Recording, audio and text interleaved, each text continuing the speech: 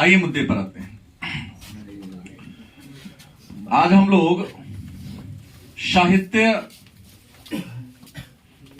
गद्य खंड पाठ संख्या 2 पर चर्चा करेंगे और साहित्य की गद्य खंड के पाठ संख्या 2 जिसका नाम है उसने कहा था। उसने कहा था चंद्रधर शर्मा गुलेरी के द्वारा लिखा गया कहानी है। याद रखेंगे, प्रश्न को इस टाइप से भी पूछा जाता है कि उसने कहा था साहित्य की कौन सी विधा है। आपका उत्तर क्या होगा? कहानी। और कल हम लोगों ने पढ़ा था बातचीत। हमने बताया था कि बातचीत निबंध है।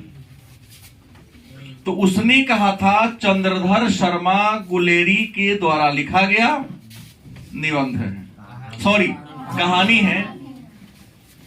कहानी उसने कहा था जिसे चंद्रधर शर्मा गुलेरी ने लिखा है, यह उनकी कालजयी रचना है, मतलब बड़ा ही महत्वपूर्ण रचना है। चंद्रधर शर्मा गुलेरी ने कुल 3 कहानियां ही लिखी थी। उनके द्वारा लिखा गया 3 कहानी का नाम है सुखमय जीवन, जिसका प्रकाशन 1911 में हुआ था। दूसरा है बुद्धू का कांटा, इसका प्रकाशन भी 1911 में हुआ था। उसने कहा, इसका प्रकाशन 1915। मतलब यह कहानी तब की है जब फर्स्ट वर्ल्ड वॉर चल रहा था।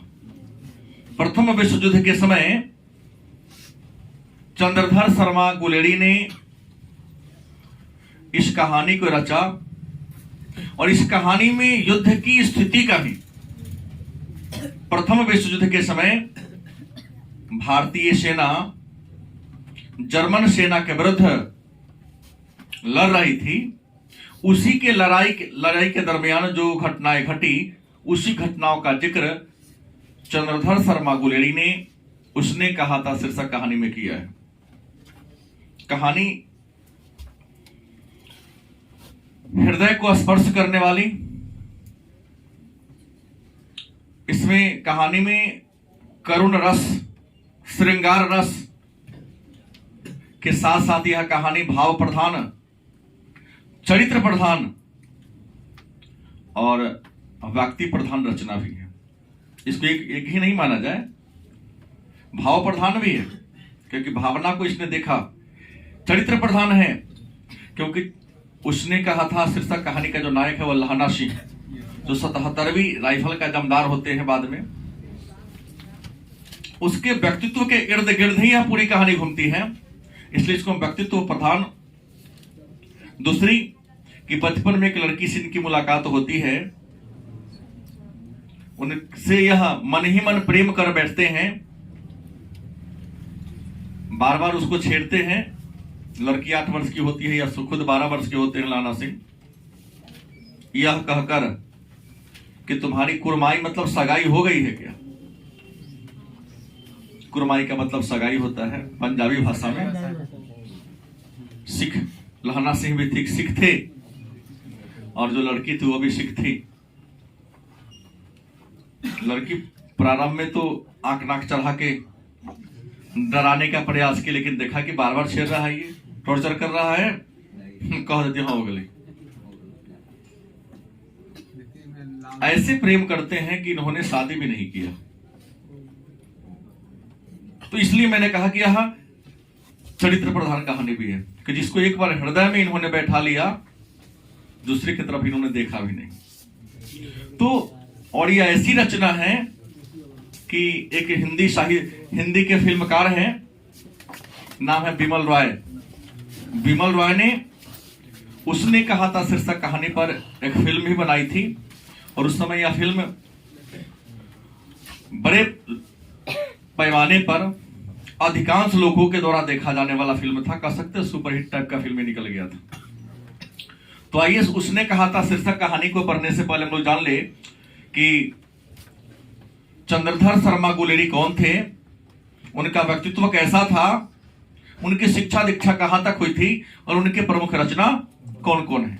तो चंद्रधर शर्मा गुलेरी जिनका जन्म 7 जुलाई 1883 ईस्वी को राजस्थान के जयपुर में हुआ था और इनकी मृत्यु 12 सितंबर 1922 ईस्वी को हो गई थी। चंद्रधर शर्मा गुलेरी का मूल निवास स्थान हिमाचल प्रदेश के कांगड़ा जिला के गुलेर नामा गांव में हुआ था। चूंकि इनका जन्म गुलेर नामा गांव में हुआ था, इसलिए इन्होंने अपने नाम के लास्ट में गुलेर शब्द जोड़ दिया। चंद्रधर शर्मा गुलेरी अपने गांव के नाम को प्रसिद्ध करने के लिए इन्होंने अपने नाम के लास्ट में क्या जोड़ लिया? इनके पिता का नाम पंडित शिवराम था और जाति से भी यह ब्राह्मण ही थे और सबसे बड़ी बात कि आधुनिक काल के कवि थे। इनकी प्रारंभिक शिक्षा संस्कृत में हुई और इलाहाबाद विश्वविद्यालय से इन्होंने बीए की शिक्षा प्राप्त किया था। ठीक है। जयपुर के राजा के दरबार में इनके पिताजी राजपुरोहित के पद पर थे। तो जयपुर के राजा जो थे, नाबालिग थे, युवराज, उनको पढ़ाने के लिए पहले राजा महाराजा का जब बेटा कहीं पढ़ने जाते थे तो उनके साथ एक विद्वान भी जाते थे, उनका अभिभावक बनकर, गार्जियन बनकर, कि विद्यालय में पढ़ के आएगा तो यहां पर डेरा पर समझाने के लिए गुरुजी ने क्या पढ़ाया उस बात को और ज्यादा विस्तार पूर्वक समझाने के लिए एक विद्वान जाएंगे तो ज्यादा अच्छा होगा। तो जयपुर के जो नाबालिग राजा थे उनका अभिभावक बनकर अजमेर के मियो कॉलेज में कई वर्षों तक इनको रहने का कह सकते कि सौभाग्य प्राप्त हुआ था। उसी दरमियान इनको जयपुर के छात्रावास भवन का अधीक्षक बनाया गया। छात्र के रहने के आवास को छात्रावास कहते हैं। तो जयपुर के जो छात्रावास था उसका अधीक्षक बनाया गया। उसी जयपुर छात्रावास के अगल बगल में कॉलेज चलता था तो संस्कृत विभाग के अध्यक्ष के पद पर भी इन्होंने 1916 में क्या किया था? काम किया था। उसके बाद महामना मदन मोहन मालवीय, जिनके द्वारा ही काशी हिंदू विश्वविद्यालय का निर्माण कराया गया था, चंदा मांगकर, भीख मांगकर, उसी को बनारस कहते हैं। काशी बनारस एक ही बात हुआ। तो बीएचयू मतलब बनारस हिंदू यूनिवर्सिटी, इसी को हम काशी विश्वविद्यालय कहते हैं। कभी आप बनारस जाना तो आधा बनारस में यही है, ये है। अगर हिस्ट्री पढ़ लिए, अगर हिंदी पढ़ने जाना है तो मोटरसाइकिल अगर आपके पास ना हो तब जाएंगे तो आधा घंटा आपका बैचे छूट जाएगा। इतना विस्तार क्षेत्र में फैला हुआ है। फरवरी मार्च में इसका एंट्रेंस होता है और आपके संस्थान के बहुत सारे लड़के क्वालिफाई हैं, वहां जाके पढ़ते हैं। प्रश्न है, बनारस हिंदू यूनिवर्सिटी में प्राच्य विभाग के कार्यवाहक प्राचार्य रहे। प्राच्य विभाग मतलब पश्चिमी शिक्षा जो एक विभाग था, जिसके यहाँ लैंग्वेज की पढ़ाई होती है, उसके प्राचार्य के पद पर रहे। इसके अलावा इन्होंने मनिंद्र चंद्र नंदीपीठ एक कॉलेज था, उसके प्रोफेसर के रूप में भी काम किया था। और प्रयाग से एक पत्रिका निकलती थी, काशी नगरी प्रचारणी पत्रिका। काशी नगरी प्रचारणी पत्रिका का ये क्या थे? समालोचक थे। उसमें कुछ आलोचनात्मक निबंध लिखने का क्या करते थे? काम करते थे। और सबसे बड़ी बात है कि चंद्रधर शर्मा गुलेरी द्विवेदी काल के कवि थे। किस काल के कवि थे? और बालकृष्ण भट्ट हरिश्चंद्र काल के, भारतेंदु हरिश्चंद्र युग के कवि थे। और ये किस युग के कवि थे? हजारी प्रसाद द्विवेदी, नाम सुना होगा आप लोगों ने, हिंदी साहित्य के बहुत बड़े विद्वान, उनके समकालीन ये थे। तो ये कौन थे? द्विवेदी काल के क्या थे? ये कवि थे। विशेषता की बात कर ले तो चंद्रधर शर्मा गुलेरी निबंधकार और कथाकार दोनों थे। क्या थे? निबंधकार और कथाकार दोनों थे। इनकी प्रमुख कहानी है उस सुखमय जीवन, जिसका प्रकाशन 1911 में हुआ। दूसरा है बुद्धू का कांटा, इसका भी प्रकाशन 1911 में। और उसने कहा था, इसका प्रकाशन 1900। और यह पूछा गया प्रश्न भी है इन्होंने कुछ निबंध भी लिखे। कछुआ धर्म मोस्ट भी आई है। कछुआ धर्म किसकी कृति है? चंद्रधर शर्मा। और कछुआ धर्म क्या है? निबंध है। उसके बाद दूसरा है मारेसी मोही कुठाव, पुरानी हिंदी भारतवर्ष डिंगल संस्कृत की टिपरारी और देवानाम प्रिय। तो ये उसने कहा था शीर्षक कहानी के लेखक चंद्रधर शर्मा गुलेरी के जीवन चरित्र है। आइए प्रारंभ करते हैं। उसने कहा था शीर्षक कहानी का भाव। पहले बता दो कि हम कल भी बोले थे कि हम रीडिंग नहीं देते। रीडिंग देना आपका काम है। गलत कि सही? रीडिंग अगर दोगे तो पढ़ने में आनंद नहीं आएगा, क्योंकि इसको इस तरह से लिखा गया है। आपको बता दे, उसने कहा था शीर्षक कहानी। हमने पहले कहा इस कहानी के नायक लहना सिंह हैं। कौन है? जो सिख धर्म का था। और नायिका एक लड़की है जिसकी उम्र 8 वर्ष की है। नाम नहीं दिया है। कहानी की शुरुआत होती है कि लहना सिंह अपने मामा के यहां गया रहता है। और लहना सिंह के मामा का घर कहां है? अमृतसर में। कहां है? अमृतसर शहर में। और अमृतसर शहर के किस गांव में? तो मगरी गांव में है। और लड़की भी अपने मामा के यहां गई है। और उसके मामा माझे गांव के निवासी थे। कहां के निवासी थे? लड़का जिसका उम्र 12 वर्ष का होता है, लड़की जिसका उम्र 8 वर्ष का होता है, दोनों अपने मामा के यहां शायद बचपन में छुट्टी विद्यालय कर रहा होगा, घूमने गए होते हैं। संजोग है कि दोनों दुकान पर सामान खरीदने आए होते हैं। लड़की बड़ी खरीदने आई रहती है और लड़का अपने मामा के बाल धोने के लिए दही खरीदने आया रहता है। बाल में लगाने के लिए, बाल को मुलायम बनाने के लिए दही लोग लगाता आज भी है। ठीक है। अचानक लड़की छोटी थी, जा रही थी। और सबसे बड़ी बात तो यह है कि अगर अमृतसर गए कभी तो वहां का जो टमटम चलता है, नहीं, अगर आपको हंसी ना आई उसको साइड करने के तरीका को सुनकर इसका तो अमृतसर आप गए ही नहीं। नहीं, उनके अभी भी उनकी साइड कराने का तरीका बड़ा ही निराली है। कभी कहते हैं साइड देने के लिए अलग अलग शब्द प्रयोग करता है। नहीं, लड़का है हट जा बाछा, लड़की होगी तो हट जा बाछी। अब बूढ़ी दादी को कह दी 2-4 बार नहीं हटने के लिए, तो उनके लिए तो हट जा जीने जोगिए, तो अभी जीने लायक है, हट जा। नहीं, हट जा कर्मा वालिए। क्या लिखा? हट जा कर्मा वालिए। फिर कहता है हट जा पुतो प्यारिये, तो अपने पुत्र की क्या हो? प्यारी हो। फिर कहता है बच जा लंबी बाली, लंबा उम्र जीने वाली है, हट जाओ, हमारा टांगा के नीचे काहे आ रही है। ऐसे कह के लोगों को क्या करता है? लड़का भी अपने मामा के लिए दही लाने जा रहा है, लड़की भी रसोई घर के लिए बड़ी लाने जा रही है। अचानक शायद इसको नहीं पता होता कि हटाने के लिए इंडिकेटर कर रहा है। जैसे बरस जाओगे, हम कहते हैं साइड साइड।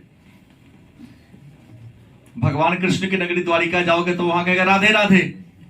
अब राधे राधे कह दिया तो बुझी ना कि भगवान के नाम कही थे, नहीं कहता हटो साइड हो जाओ। वहां लोग भी साइड कराने के लिए राधे राधे शब्द का प्रयोग करते हैं। और हम लोग राम राम कहने मतलब विदा के लिए करते हैं। राम राम भाई जी, मैंने जा रहे हैं विदाई के संस में। तो प्रश्न है, अचानक एक टांगा वाला आता है। अचानक क्या होता है? टांगा वाला आता है और उस टांगा के नीचे कौन आ जाती है? लड़की आ जाती है। 12 वर्ष का तो था ही ये, छरपता है और नाला में गिरने से लड़की को बचा लेता है, खुद चोट खा जाता है, लेकिन उसको दुकान के ऊपर खड़ा कर देता है। दोनों दुकान पर जाते हैं, दुकान में बड़ा भीड़ होता है। एक दही का डिमांड कर रहा है, एक बड़ी का डिमांड कर रहा है, लेकिन दुकानदार किसी लंबा हिसाब किताब में क्या था? हाँ, प्रिंस जैसे लोग रहे होंगे, उनका हिसाब छोट छोट 2 रुपए के चाउमीन, 2 रुपए का ये दो हिसाब जोड़ रहा था। बताया था, इसने थोड़ा सा उसको देखा, उसने थोड़ा सा देखा, एक दूसरे की नजरें मिली, तब तो दुकानदार भी फ्री हो गया।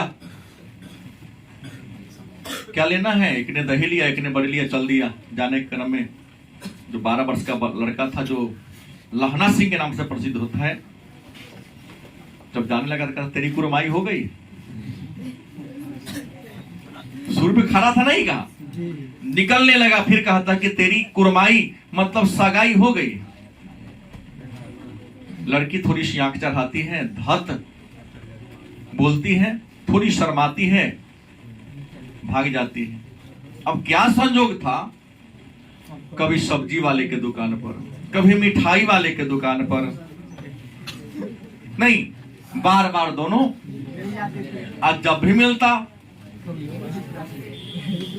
लहना सिंह उसको तेरी कुरमाई हो गई है क्या, यह कहकर बार बार छेड़ता था, उसे परेशान करता था, तंग करता था। लड़की तंग आकर, नहीं, लड़की तंग आकर क्या कहते कि चलो एक सिखाने के उपाय ये है। कहते हाँ हो गई। सही हो गया है। कहती क्या है? हाँ हो गई है। पूछता कब? कल। देखते नहीं हो, हाथ में मेहंदी लगा हुआ है, अरे कश्मीरी शॉल जो पहनी है, दिखाती है। जैसे ही उसने सुना कि हाँ, उसके मुंह से, लड़की के मुंह से क्या सुना? हाँ हमारी हो गई है, समझो इसके बॉडी पर वज्रपात हो गया। चूंकि मन ही मन यहां क्या कर बैठा था, इजहार नहीं किया था, प्रेम तो कर लिया था। अब ऐसे ही पागलों जैसा करने लगा, किसी को सब्जी ठकेल दिया, दूध वाला का दूध गिरा दिया। एक वैष्णवी बेचारी लड़की थी, स्नान करके आ रही, धक्का मार रही, नहा के लेके अंधा हो गया क्या? मैंने दोनों आंख खोलते हुए भी अंधा का प्रमाण पत्र ले लिया। क्या थी? किसी का दूध गिराया, किसी का सब्जी गिराया, किसी के दिन भर के कमाई को नाला में गिरा दिया, सबसे गाली उली सुनता उनता। कहानी का पहला दृश्य यही है। कहानी के दूसरे और तीसरे दृश्य में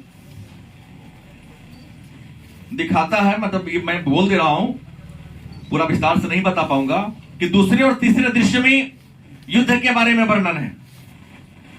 किस प्रकार लहना सिंह 77वीं राइफल में जमादार के पद पर बहाल हो जाते हैं, और उसी के रेजिमेंट में, उसी के बटालियन में उस लड़की का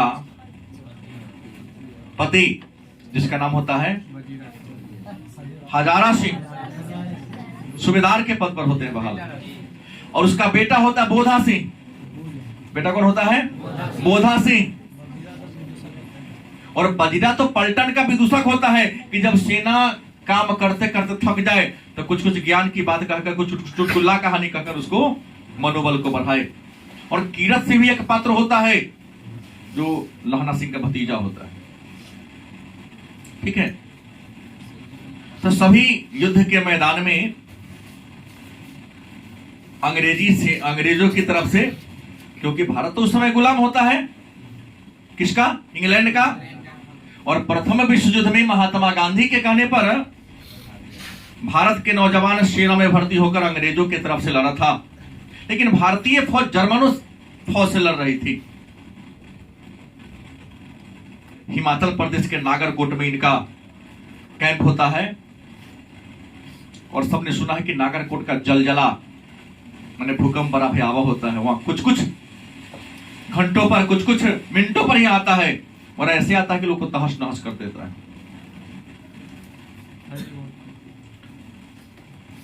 इनके पास मात्र 8-10 लोग थे और जर्मन सेना में 75-80 के आसपास लोग थे। ये लोग खाई में क्या होते हैं, जमीन के नीचे खाई में, जिसमें घुटना भर पानी होता है, छुपा रहता है। एक आदमी खाई के मुंह पर आके क्या करता, सुरक्षा करता है, देखता है कोई आ ना जाए इसमें, या खाई के पास आएगा तो सबको मार देगा। और बाकी लोग अंदर विश्राम करते हैं। किस तरह से 3 दिन का दिन कट गया था, 3 दिन और समय काटना था, उसके बाद 7 दिन का क्या था, छुट्टी मिलने वाला था। इसी दरमियान बोथा सिंह का स्वास्थ्य खराब हो जाता है। बात समझ गए? लहना सिंह अनजान में ही बोथा सिंह को बहुत मानता था, बहुत प्यार करता था उससे, क्योंकि उसके भतीजा किरत सिंह की उम्र का था, वो नौजवान था। ठंडी लग रही थी उसे, बुखार लग गया था शरीर में। बिस्कुट के टीन वाला डिब्बा था, बिस्कुट का 3 गो टीन के डिब्बा को जोड़कर अपना कम्बर और बरान कोट पहनकर सोया था। और लहना सिंह रखवाली कर रहा है, कोई इसमें घुस ना जाए, लेकिन एक आंख से उसी को देख रहा था, कहीं कुछ इसको हो ना जाए। चिल्लाता है, थोड़ा पानी पिला दो। लहना सिंह क्या कहता है, कटोरा से उसको क्या कर देता है, पानी पिला देता है। कहता हमको बहुत प्यास लग रही है, क्या हो रहा है, हमको बहुत ज्यादा ठंडी लग रही है।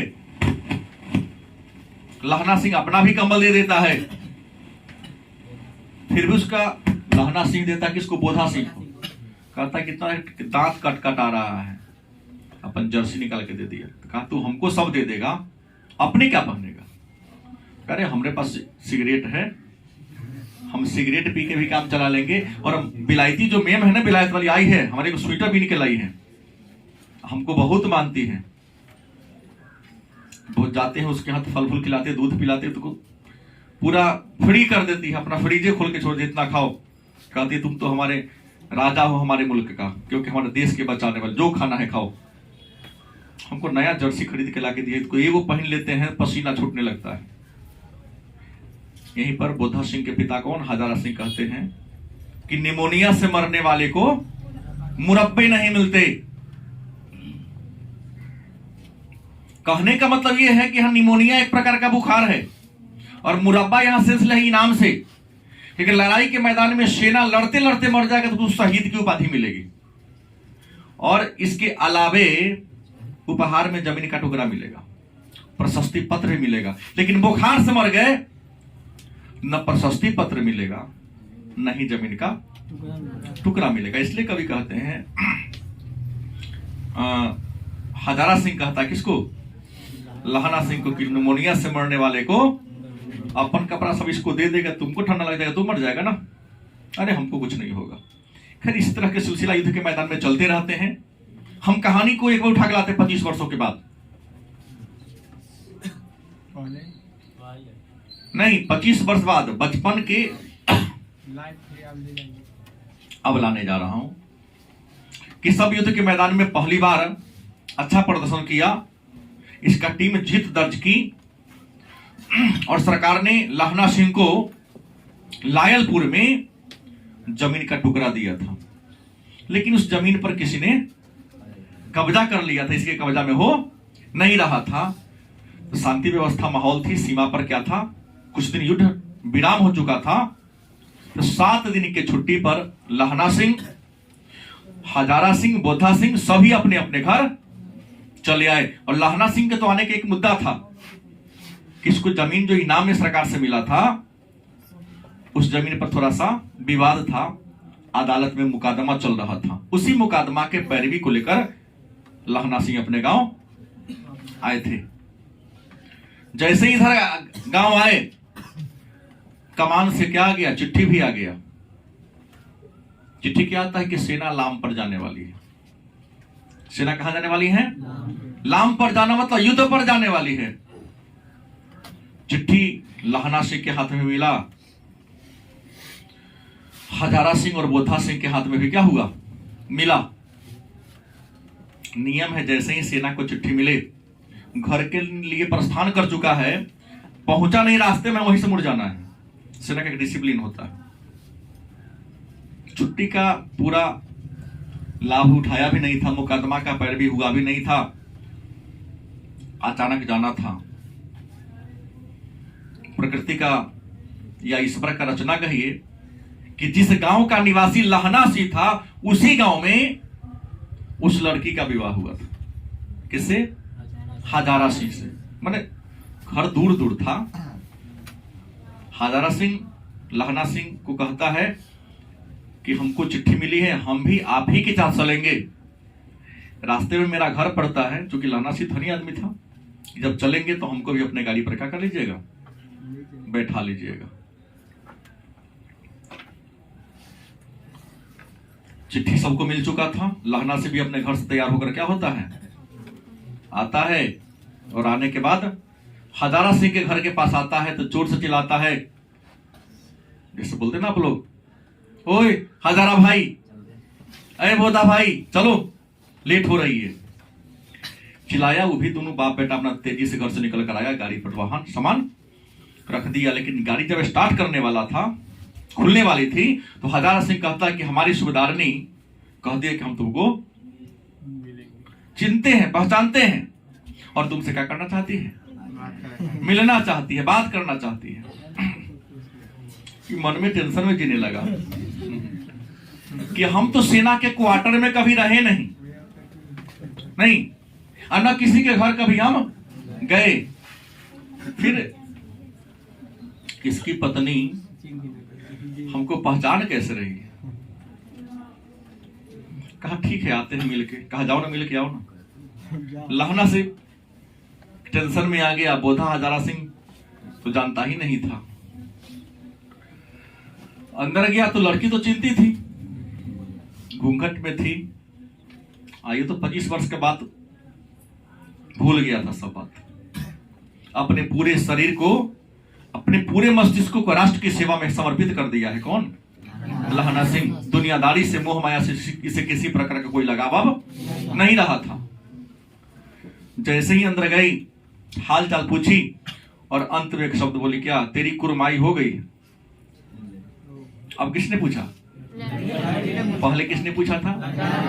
लड़की ने पूछी। जैसे ही पूछा तो 25 वर्ष पुरानी बातें इसके दिमाग में घूमना शुरू, याद आ गया कि वो यही लड़की है। क्योंकि ऐसा प्रश्न हमने इससे किया, और लड़की भावनात्मक थोड़ा सा शब्द का प्रयोग वहां करती है। कहते कि आज से 25 वर्ष पहले तुमने एक टांगा से हमारी प्राण को बचाई, अपने खुद चोट खाकर भी तुम हमको चोट नहीं लगने दिया। और आपके बटालियन में, आपके पलटन में जो 2 सिपाही काम कर रहा है, हजारा सिंह और हजारा सिंह मेरा क्या है, पति है, और बोधा सिंह मेरा क्या है। और इसके अलावे, इस दोनों के अलावे हमारे लाइफ में कोई है ही नहीं है। बेटा हुआ 4 गो, जिंदा एक ही है, 3 गो क्या है, आचर फैलाती हैं। कहते हम आपसे भीख मांगते हैं कि जैसे आपने हमारे प्राण को बचाया, पुनः अपने प्राण को ध्यान में न रखते हुए भी इसके प्राण को क्या करना, बचाना। और ऐसा कहकर लड़की रोते हुए रूम में प्रवेश करती है। क्योंकि लहना से भी उसे बचपन से प्रेम करता था, इसलिए विवाह नहीं किया। इसकी आंखों में भी क्या आता है, अश्रु आ जाता है, और आंसू को पोंछते हुए बाहर निकलता है। पूछता है क्या हुआ? बाहर आने के बाद कहना ठीक है चलो। आता है, घमासान युद्ध होने लगता है अपने प्रेमिका की बातों को पूरा करने के लिए। नहीं, स्वयं युद्ध के मैदान में कई गोलियां खाता है, घायल हो जाता है, गोली लग गई होती है, फिर भी वहां बिना किसी के दिखाए क्या कर लेता है, कपड़ा बांध लेता है, ताकि लहना सिंह, बोधा सिंह या हमारे भतीजा किरत सिंह को इसके बाद की जानकारी नहीं हो कि हमको गोली लग गई है।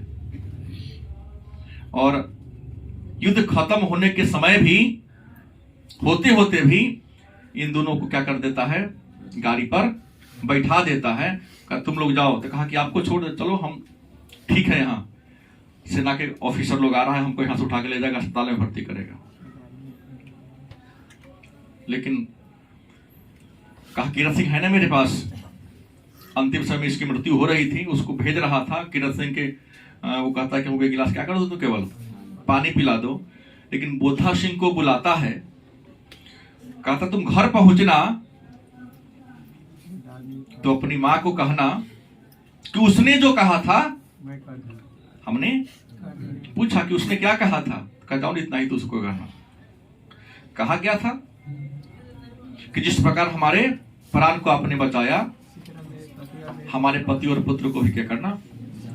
इस तरह से ये चरित्र प्रधान, प्रेम प्रधान, व्यक्ति प्रधान क्या कहानी है, जिसमें एक ऐसी प्रेम कथा का वर्णन किया है जिसमें प्रेमी और प्रेमिका में आपस में विवाह नहीं होता है, मिलन नहीं होता है, फिर भी अपनी प्रेमिका के बात, कहे गए बातों को पूरा करने के लिए अपने प्राणों की क्या दे देता है, आहुति दे देता है। लेकिन अपने प्रेमिका के वचन को क्या करता है, पूरा करता है। ठीक है। और युद्ध खत्म होता, अंत में क्या लिखा रहता है पेपर में अगला दिन कि बेल्जियम के 68वीं सूची मैदान में मरी पड़ी है और 77वीं राइफल्स के सिख जमादार लहना सिंह इसके क्या हो गए, विजेता हो गए।